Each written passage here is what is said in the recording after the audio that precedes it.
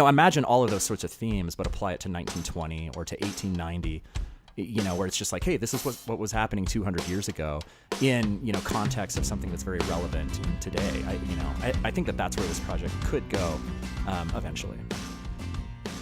This is A New Angle, and I'm your host, Justin Angle, marketing professor at the University of Montana.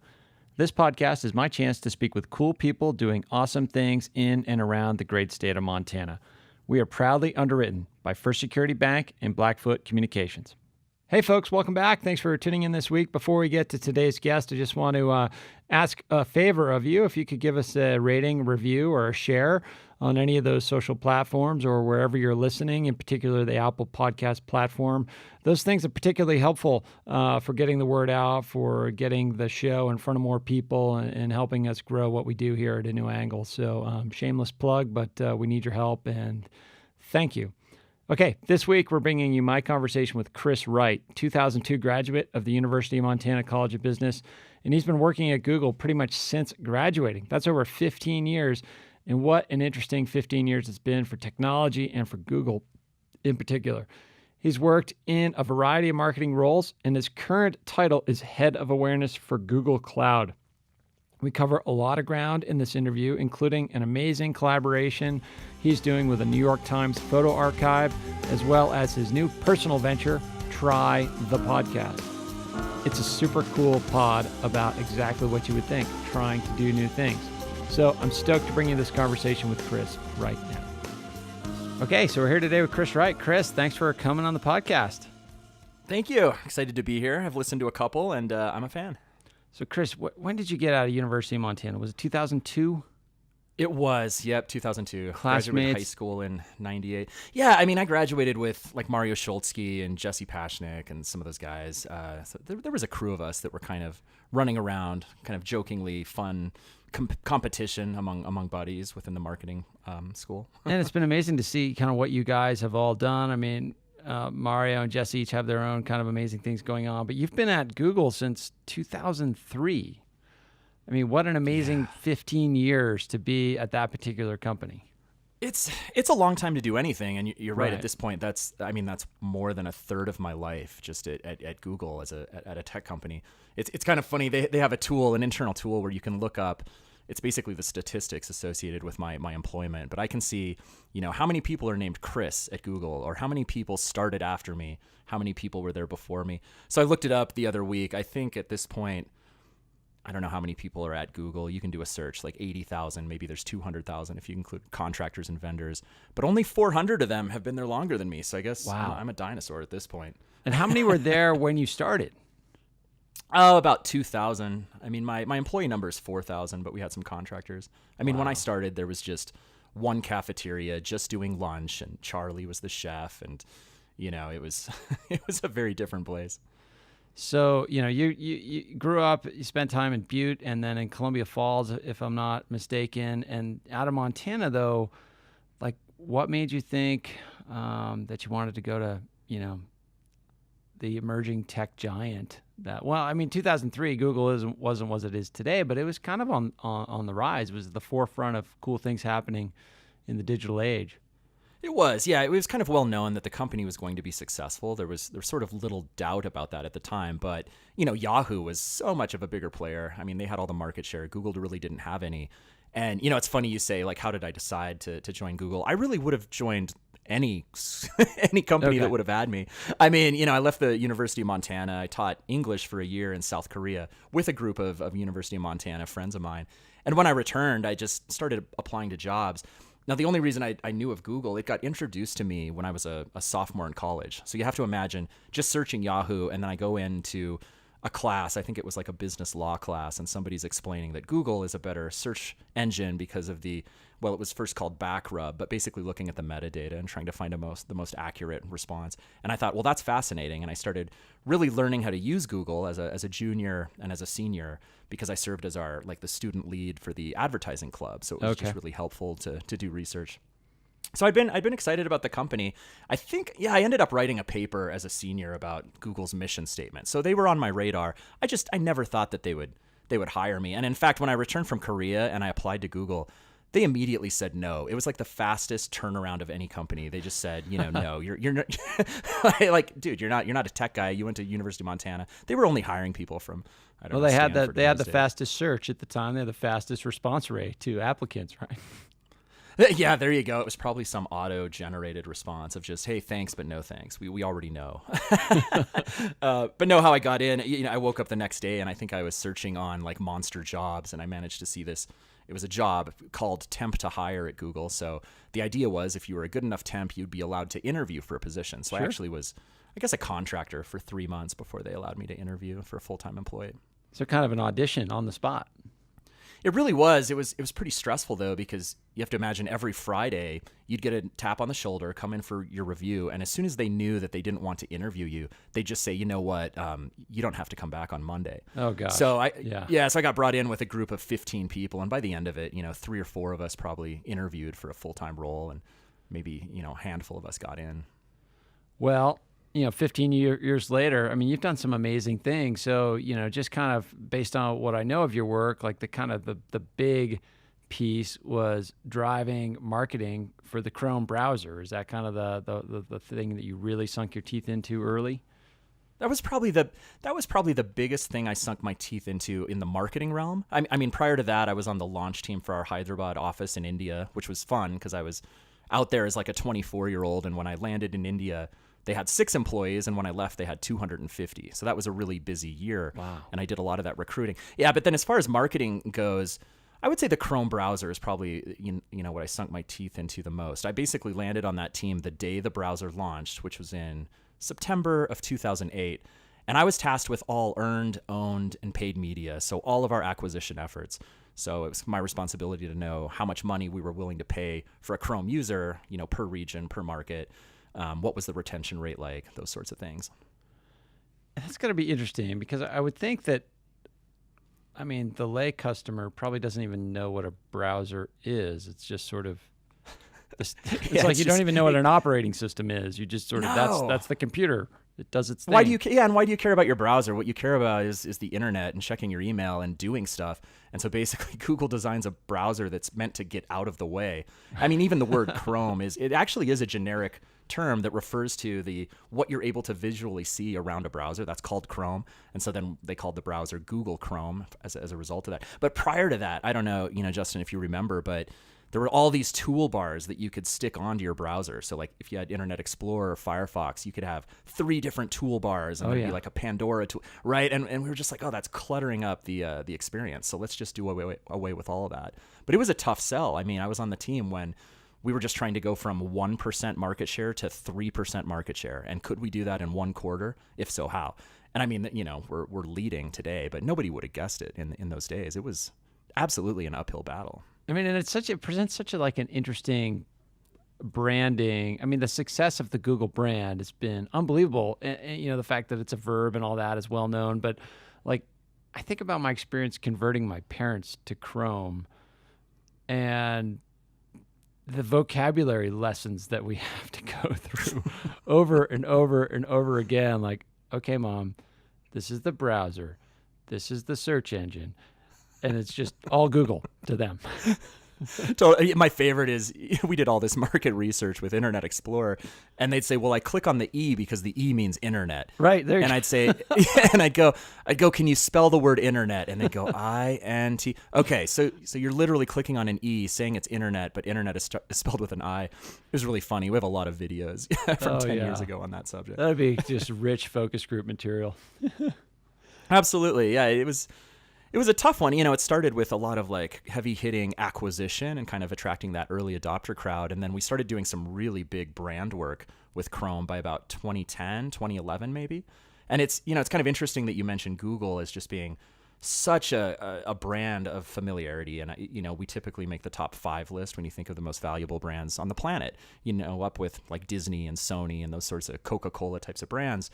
But we actually put a stake in the ground and said, Chrome needs to stand alone. If we lean on Google for everything we do, it could potentially be detrimental to the Google brand, especially if something is not, not a proven success yet, if you will. So there was a point, maybe 6-7 years ago where our head of marketing said, we have 4 brands we care about. One is Google, but Chrome is going to be standalone now. It's not Google Chrome. And then you have YouTube and you had Android.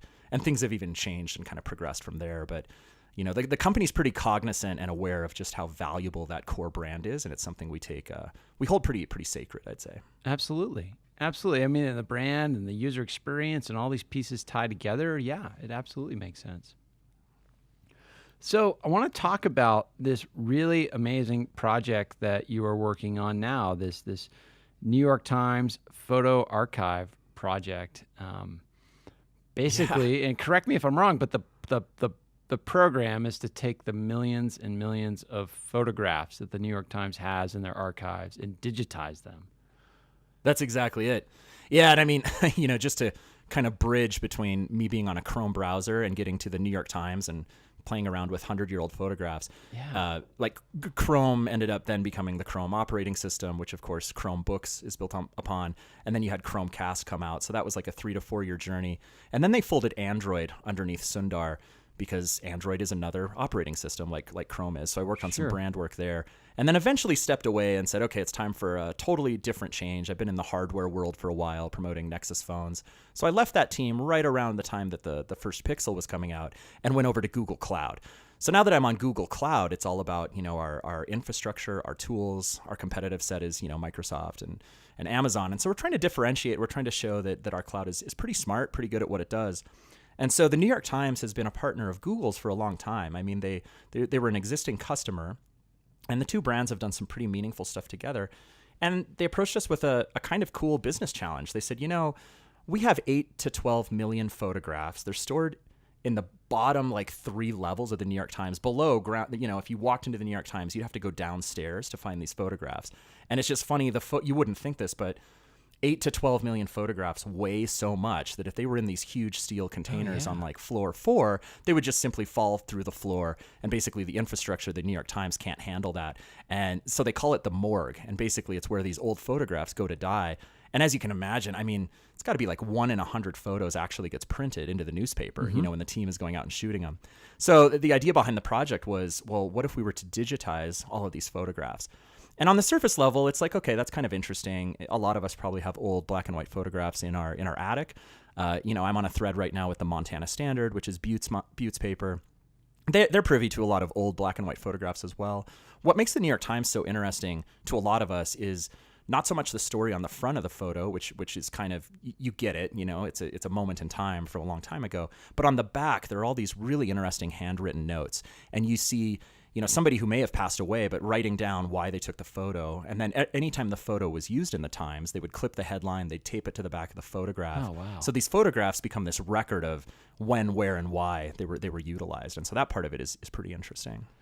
And so, when you're kind of thinking about this, and by the way, we'll post to the show notes this incredible, it's like a 4-minute video piece that, co-produced by Google and the New York Times. It just shows the imagery of this morgue and the character working down in the morgue, the guy who curates all that stuff is just Jeff. Man, I mean, it's central casting. They couldn't have picked a better guy for this job. I was watching that video thinking, this is like Walter Mitty. I know. He's such a character, and that's his job. I think he's been at the Times for 30 to 40 years. Never knew that he would become this institution, but it's sort of a problem. You have one human who's approaching retirement, and he's the only one that really knows how to find anything down there. And just to give you a kind of a fun example, if you were to look for any photograph of a personal computer, a personal laptop, that whole category, all those photos are filed under calculator. Because when those computers started coming out, they're like, oh, this is like a better version of a calculator. And so the file cabinet says calculator on it, which is just, you wouldn't think that today, but it's just random little quirks like that, throughout the morgue. Yeah, and so as you're kind of talking about these dynamics, I mean, it speaks to, it's not just taking a bunch of photos and scanning them and storing them on a hard drive. I mean, this is a huge endeavor as far as sort of harnessing the power of the Google Cloud to kind of not only house these photos, but also organize them in such a way that they're useful not only for visitors, but also for the New York Times as an institution. That's right. Yeah, it's almost more for probably their editorial staff, Yeah. even than users. I mean, you almost just rephrased Google's mission statement, which is to organize all the world's information and make it universally useful, and accessible. And that's, I mean, this project just fits so perfectly in line with that. But you could imagine, a couple of years from now when the project's done, and who knows how long it's going to take to digitize 8 to 12 million photos. They're working on it every day. I mean, we're running a campaign right now, but the project is far from over. But you could imagine being a reporter and sitting down and just saying, okay, the big Rockefeller Christmas tree, I want to see that going back 150 years. Or I want to find the first known photograph of Martin Luther King.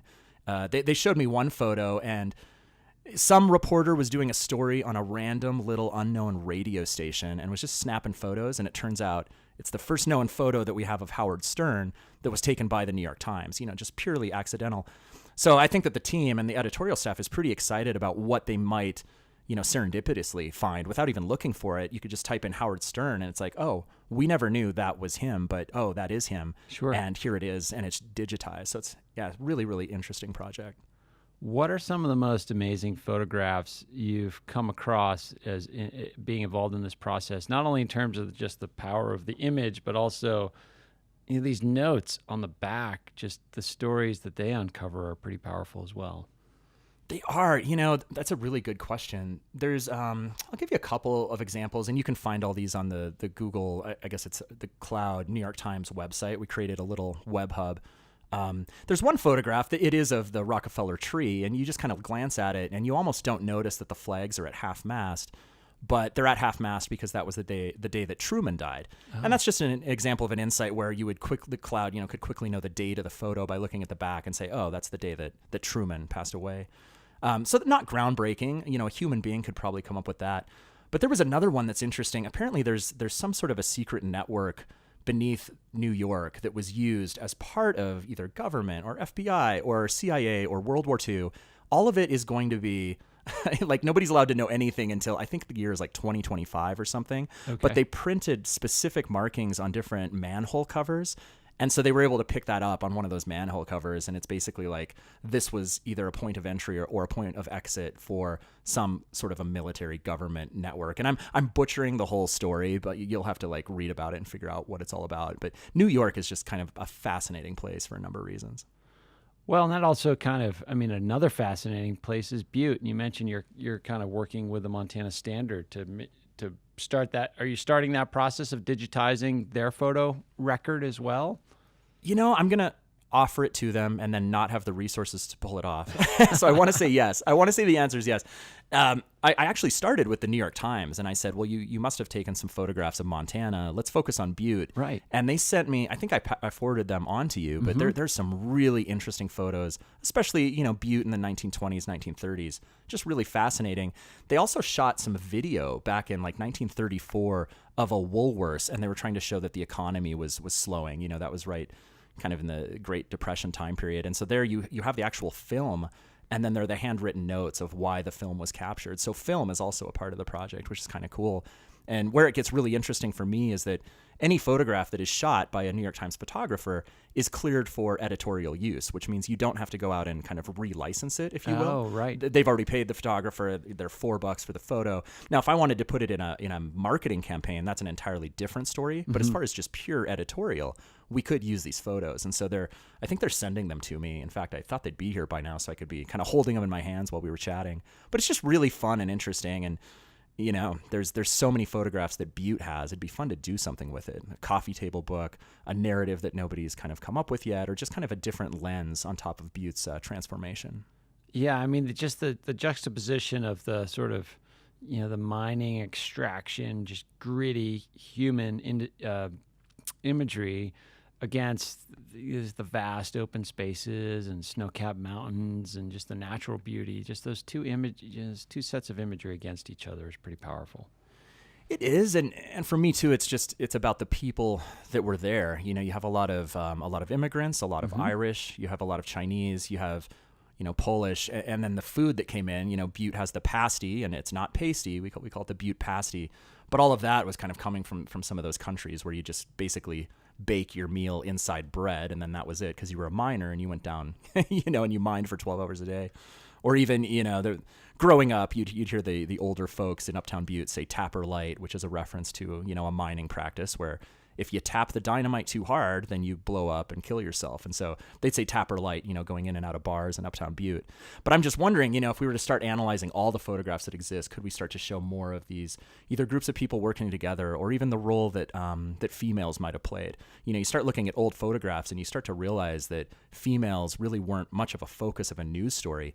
We just don't hear about it that often. If you were to ask me, name some of the most famous females, that touched World War II, not in a military capacity, but in, keeping the lights on. I could be like, A League of Their Own, the movie. Like, there's not a lot that's taught in the history books. So a group of us is kind of interested on that particular angle. And photographs, they're such a great way to capture the historical record. Right, before there was Instagram and Facebook and, back when you had to actually be cognizant that when you were taking a photograph, you were using film, which was an expensive resource. And, nowadays we've completely eliminated that. So we can take an abundance of photos that we still don't really know how to organize. But, the Apples, the Googles, our phones, they try to pull out fun narratives and they can tell you when somebody's smiling and kind of make you chuckle or say, this is what happened a year ago. Imagine all of those sorts of themes, but apply it to 1920 or to 1890. Where it's just like, hey, this is what was happening 200 years ago in, context of something that's very relevant in today. I think that's where this project could go eventually. A New Angle is underwritten by First Security Bank and Blackfoot Communications, two cool companies doing awesome things all over Montana. Okay, special announcement coming up on March 8th is the 30th annual John Raffato Business Startup Challenge. This competition, hosted by the Blackstone Launchpad and the College of Business at the University of Montana, will feature 12 elite student teams pitching new and exciting business ideas to a panel of 50 hand-picked judges and a crowd made up of over 300 business professionals and Montana community members.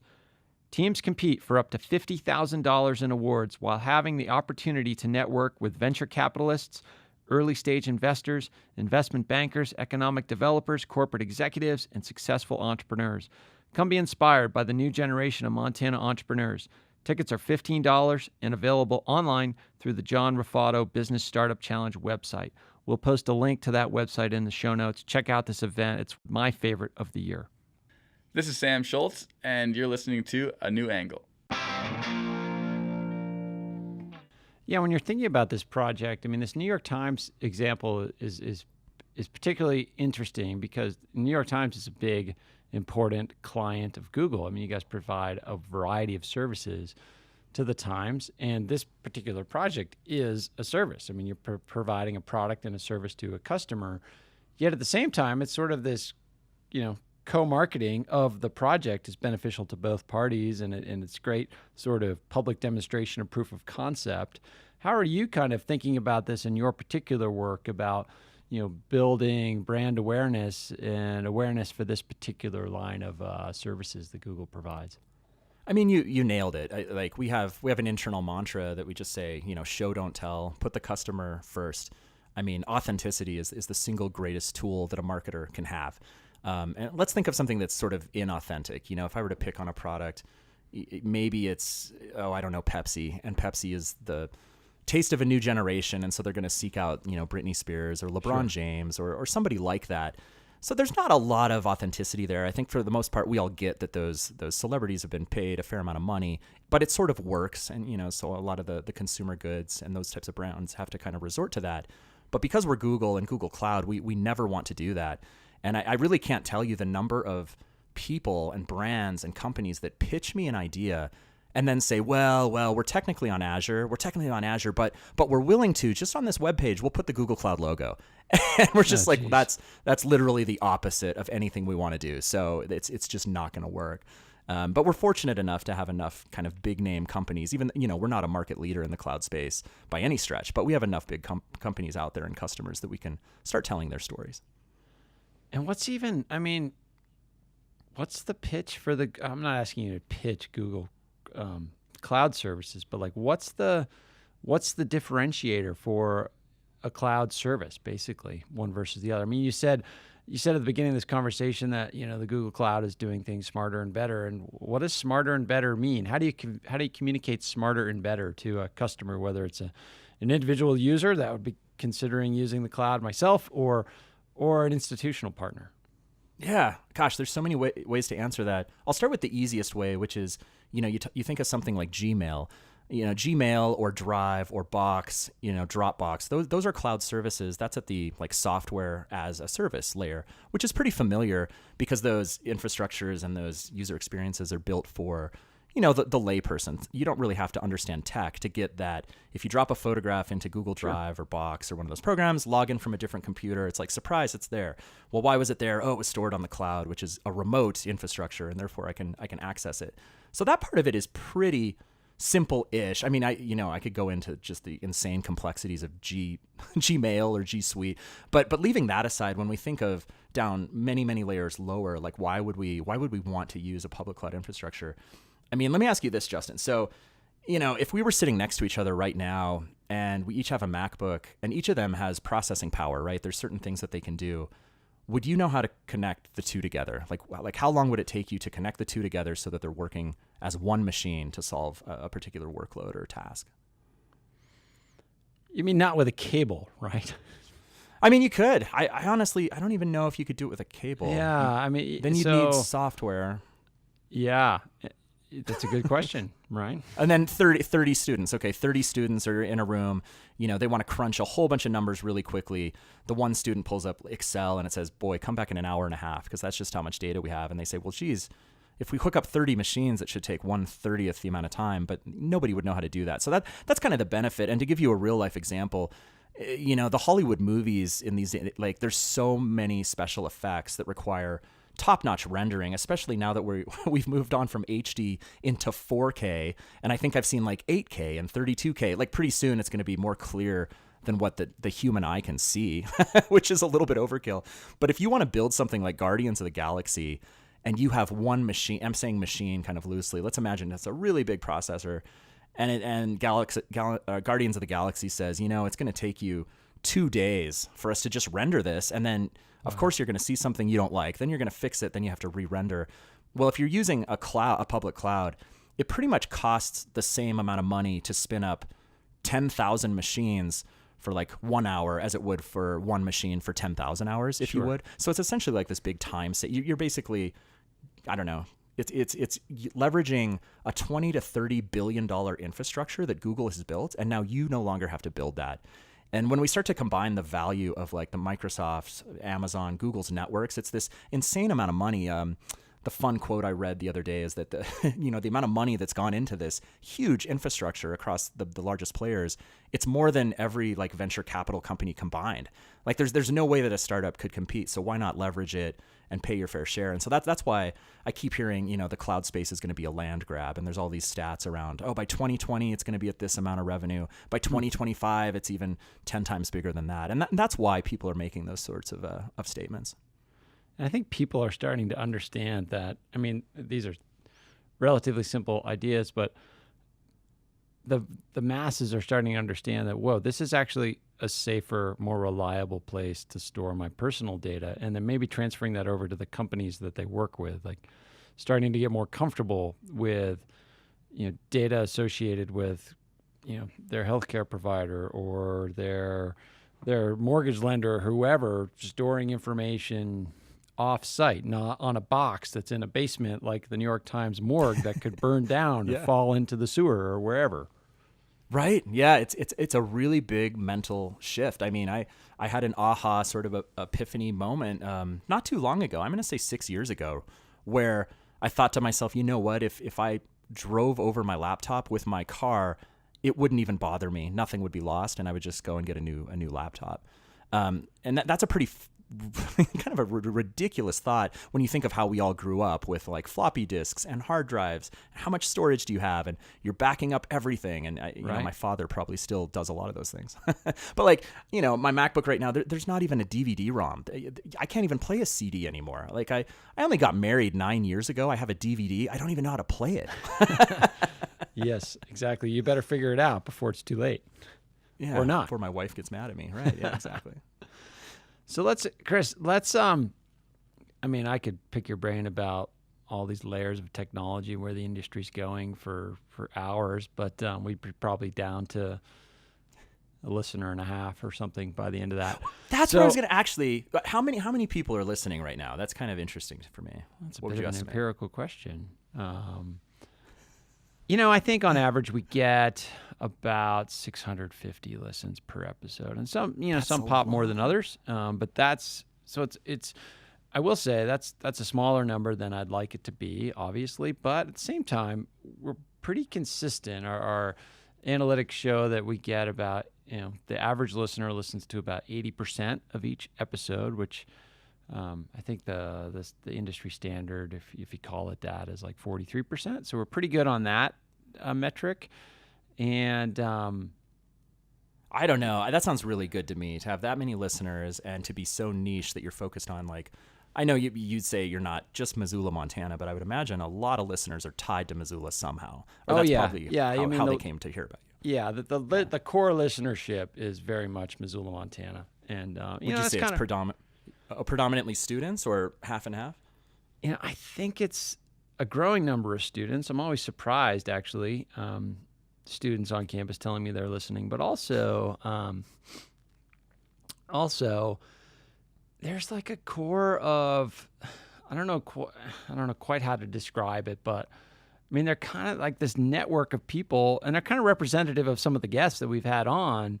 And maybe it's just a reflection of my own personal orbit within Missoula. But yeah, I'd say it's hard to pin down. I'll get comments from somebody, and I was like, oh my gosh, I had no idea you were listening, or you would even know about it. And then other people that I've been trying to get them to listen, good friends of mine, they're like, oh yeah, I'll listen to that thing someday. So.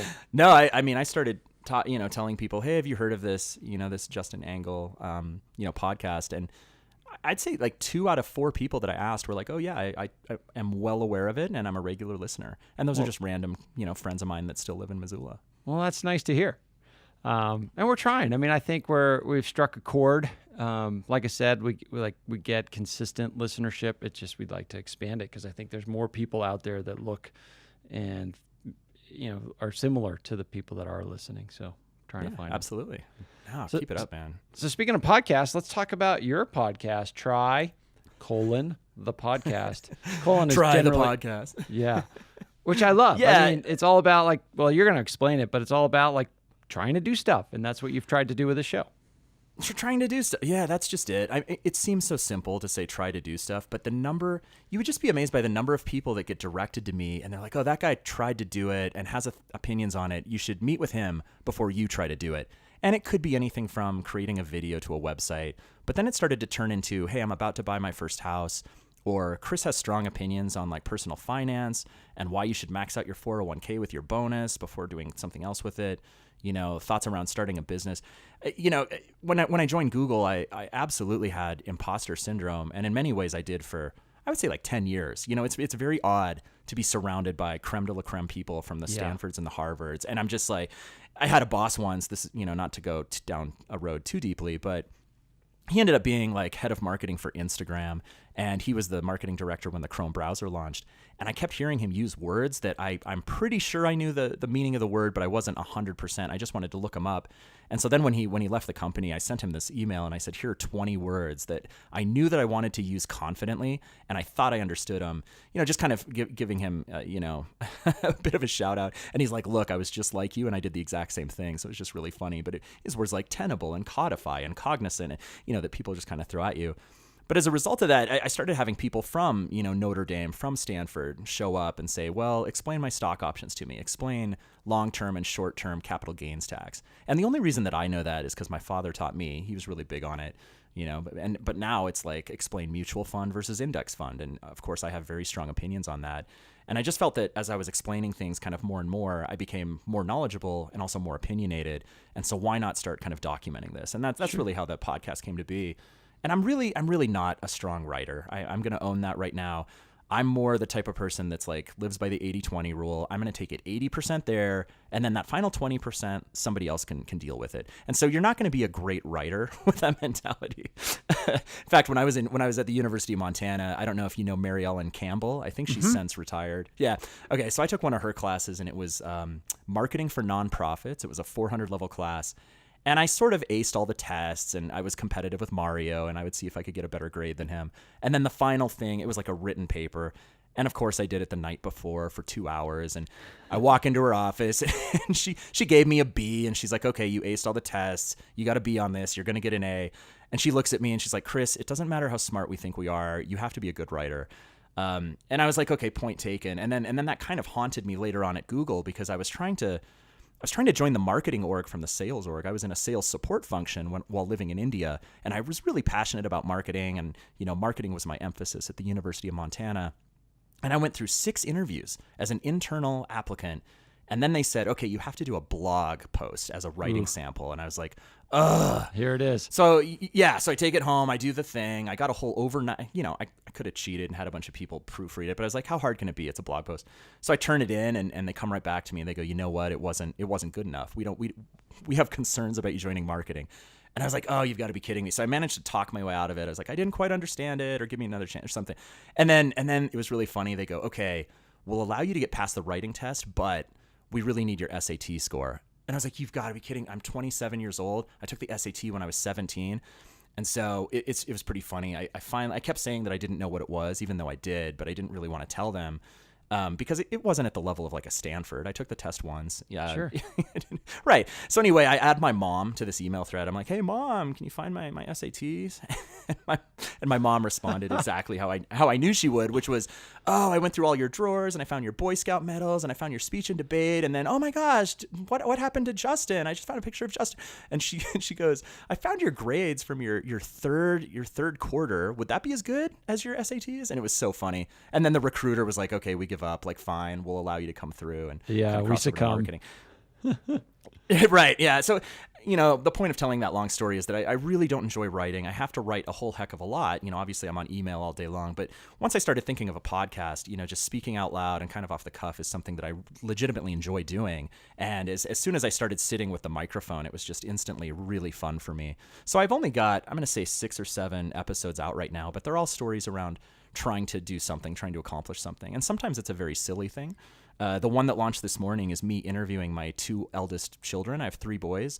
And it's them just being ridiculous, and it's me asking them rapid fire 100 questions. It's so I listened to it this morning, Chris. Did you really? It's so adorable, and like any parent of kids in that age will just dig it because, and I've had my.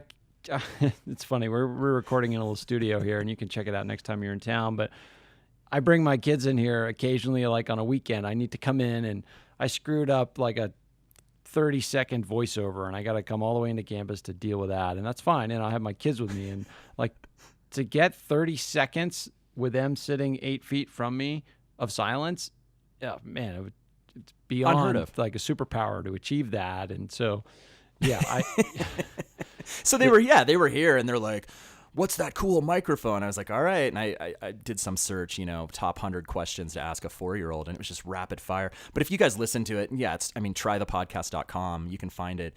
But yeah, so, Try the Podcast was born, but I have Try to Be Happy, where, there's a rap song that means a lot to me. And then Sean Aker is a Harvard professor that studied happiness. And then I get into Mr. Money Mustache. It's like a financial blogger that I follow pretty closely. So Try to Be Happy was a good one. The other one that might be really interesting for your crew, I'm pretty good friends with he's the head product manager for Google Earth. And so he basically lives his life thinking about what a map could look like 5 years out, 10 years out. So this one really interesting. This one was great. Try to build a map was the title, and I found it fascinating. And it was your first kind of more of an interview style show as well. It was, yeah. Gopal's great. He just did a TED Talk here in Boulder, and he blew everybody away. I mean, just the amount of data in Google Earth is just like mind-blowing.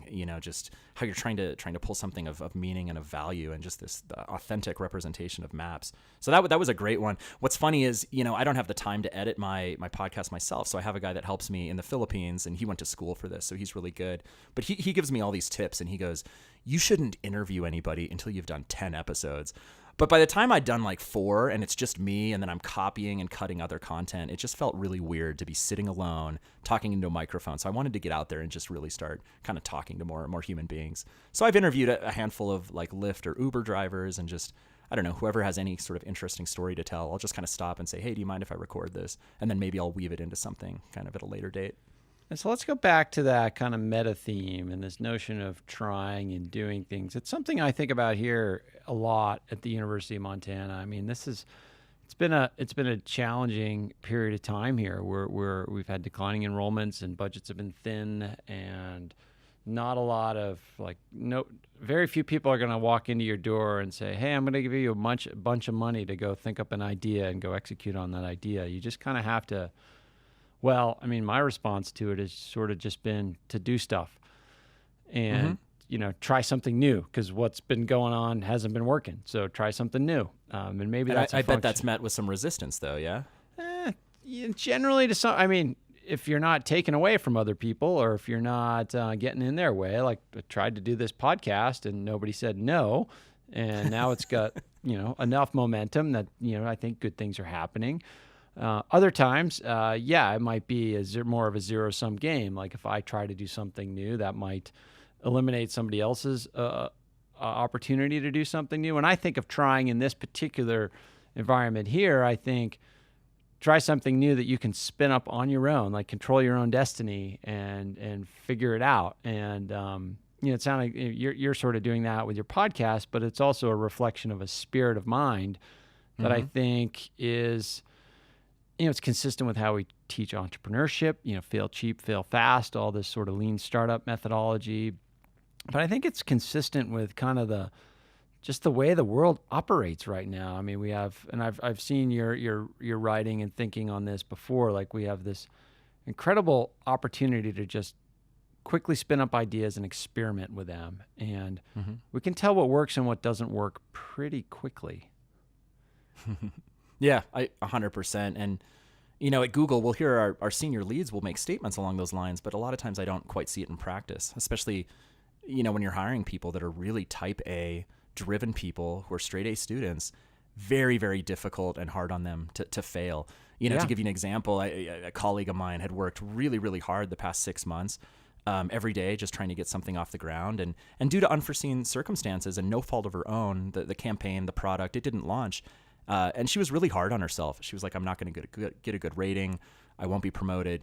And I was like, the opposite is true. The way that you approach this is how you should be evaluated, not the outcome. And that's a very difficult thought to get across to people, especially people that are pretty new to their job or new to the business or new to the company. And that's where, I mean, maybe I think it's one of my strengths and one of my biggest weaknesses is that I'm just so kind of identified with athletics. Not that I'm a big sports fan, but just, athletics have been such a huge part of my life. And, if you're going to achieve anything as an athlete, you fail way, way, way more times, right? Like just the mathematics of baseball. Like if you hit a pitch 3 out of 10 times, then you're a Hall of Famer pretty much. And that means you're failing 70% of the time. And so I find that working with athletes here who are also students, and then it's just the mindset that kind of has brought to my approach to work is, failing's not fun at all, but it teaches you the value of a process. And to your point about your colleague who, had a tough time when that particular product didn't get launched, if you, that message of, hey, you followed the right process is a tough one, particularly when it doesn't work out, but it's the right one. Totally. No, I love that baseball analogy too. I mean, Google puts us through, I wonder if they didn't want people to leave and get an MBA, but they put us through all of the marketing classes that Wharton would offer a marketing student. And, it's like a very fast expedited course. But one of the folks there is Stuart Diamond, who teaches negotiation. Yep. I don't know if you've heard of Stuart. Yeah.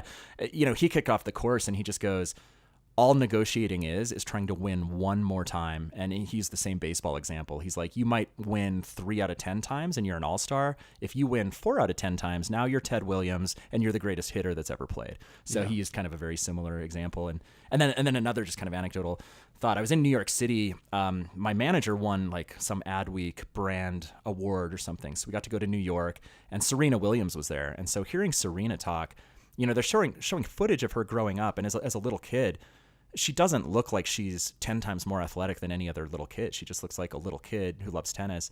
And in her speech, she just goes, you know what? I was 3.5 years old and I said, I'm going to win, the US Open. That's what I'm going to do. And the parents were like, okay, that's nice, Serena. You fast forward a couple of years, and she goes, the first time I played in the U.S. Open, I got eliminated in the first round, but nobody in this room remembers the name of that person, and neither do I. But now I'm Serena Williams. Yeah, exactly. So that's just kind of to your point. Well, I'm stoked you've launched this project. I'm excited to see, the episodes that come out. You've got about 7 out now, I think, and you said you got a few more in the tank. So do you have like a schedule, or, how can people... Well, yeah, I feel silly asking the guy from Google, like, how do people find your show? That's sort of it's actually, no, it's funny you say that. I struggled to get my SEO up and running. I'm like, why can't I search and see myself? And I'd go to trythepodcast.com, and from there you can click off to iTunes or to Google Play or Stitcher or some of those other places. So trythepodcast.com is a great place to go. And then I'm going to release new material on Mondays. I've decided Monday, it's just my most creative day because I've been dealing with my kids all weekend long. There's a punk rock band called NoFX, and they have a song that's like, it's called Monday is my favorite time of year. And basically it's because on Monday, the movies aren't sold out. There's no lines at restaurants. You get to do whatever you want because you've been in a rock and roll band all weekend long. So I think I'll do an episode kind of explaining it. But yeah, I had one other question for you, Justin. Okay. Sure. So the last time we talked, you were saying that your analytics weren't as strong as you wanted them to be because Blueberry was a stronger analytics platform for podcasts than what you're currently using. Is that right? Yeah, so I use SoundCloud now as a host, and then I don't have an intermediary like Blueberry or Libsyn or one of those. I mean, those services are hosts, and they provide other services too. When we launched this thing, I didn't really have budget for one of those options, and so I've been told that those platforms provide a little bit richer analytics, yet I haven't seen them for another podcast, so I don't really know that. Haven't played for around. sure. Yeah, I'm on Libsyn. The analytics are pretty good. I mean, the reason I ask is on that Blueberry site, they say that you could get their analytics piece without the hosting. I think it's only $5 a month or something like that. So I will officially be your analytics sponsor if you want the $5 a month tool, if you have a student that can figure out how to use it. So put that in your back pocket. If you want that, I will there go you find go. a student to do that. Okay. All this right. is live sponsor hustle in the moment. Thank you, Chris. There you go. Yeah, Try the Podcast can sponsor you. But no, this is really fun. And if anybody wants to email me, I set up Chris at trythepodcast.com. That's probably a much easier way of reaching me than my Gmail address because it's just filled with spam and clutter because I was at Google prior to Gmail, so I got a very easy to understand Gmail address, which is cwright@, and as a result, I get all kinds of spam. Kind of unfortunate. Yeah, irony in real time. Well, Chris, go, always super fun to talk to you.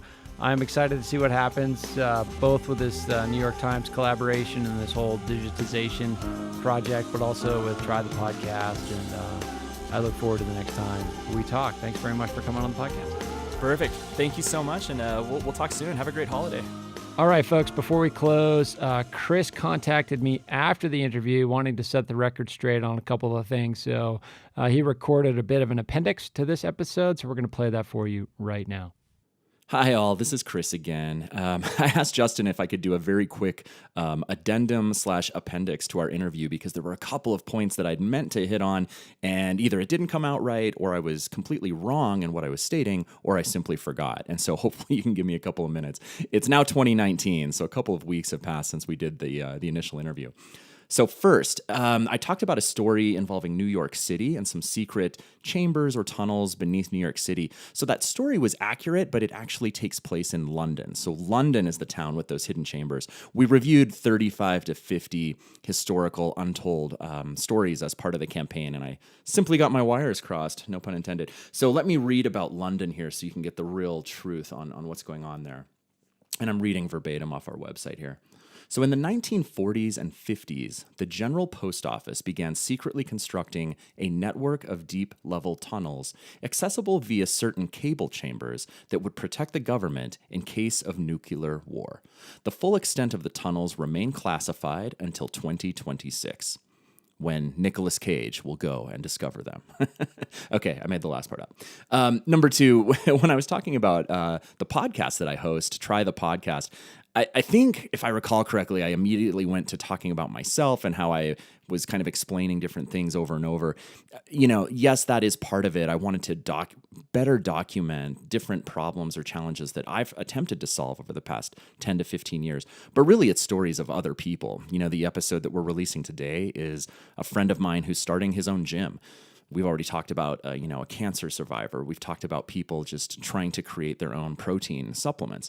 So if any of you out there have something you're trying to do, either a side hustle or maybe a volunteer thing or even your full-time job, shoot me a note, chris@trythepodcast.com. Would love to have you on the show. Number 3, I'd meant to cover off on just a couple of my favorite teachers from Montana, just to give them a shout out. Have to attribute at least 20 to 25% of my overall success and well-being to the teachers that I had growing up in Montana. So, the teacher that resonated the most with me throughout elementary school was Mr. Lou Parrott. And he's from Butte. He's now retired, but just one of the most creative teachers that I've had to date.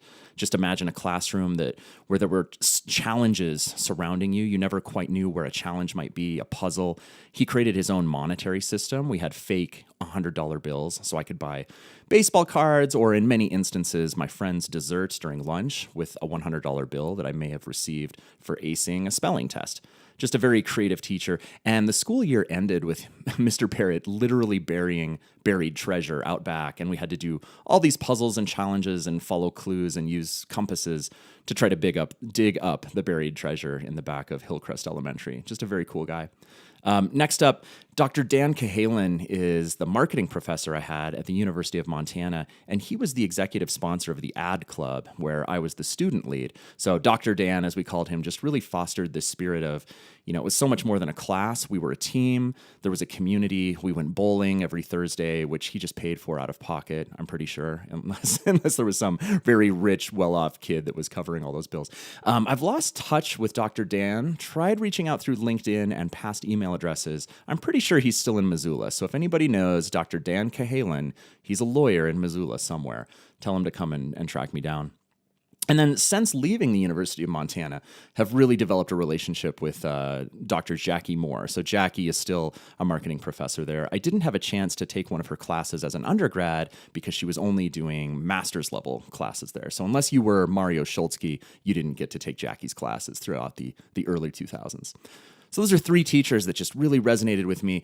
I mentioned at least 20 to 25% of my success coming from all of the teachers that I've had in Montana. I would say the remaining 80% comes from drinking Butte's tap water during the 80s. True story, my mom would run the tap water out of the faucet. It would be off color, smell a little funny. She would just boil it for 20 minutes and say, there, whatever was in there is dead. Just drink it up. And she was a pediatric nurse, so we didn't really argue with her. All right, so fourth, the final point that I meant to touch on, Cold Smoke is one of my favorite beers from Kettle House. They do not distribute outside of Montana. I checked. I've emailed them. So if anybody can get their hands on a keg of Cold Smoke, shoot me a note. I'll pay for it. If you're headed to the Denver area, the Google Boulder office has 4 different kegs on tap in this little kind of pub area as part of the office. And I'm pretty sure that the 800 or so Google employees need to experience a Cold Smoke firsthand. So let me know. It'd be fun. And I hope to see some of you soon in the near future. With that, I'll end. Thanks for letting me talk to you yet once again. Go Grizz. All right, hope you enjoyed that conversation with Chris as much as I did. Connect with him on LinkedIn if you're interested in learning more about his work and what Google's doing. Also, check out Try the Podcast. We'll put a link in the show notes. It's a cool show, and Chris's his episodes are just getting better and better, and it's been fun to see that show develop. Okay, next week, my conversation with Mark Sinnott, professional climber, journalist, and the author of the new book, The Impossible Climb. It's an amazing book. It tells the story of Alex Honnold's free solo climb of El Cap in Yosemite. Mark's an amazing guy with an amazing story, and I'm very excited to bring you that conversation next week.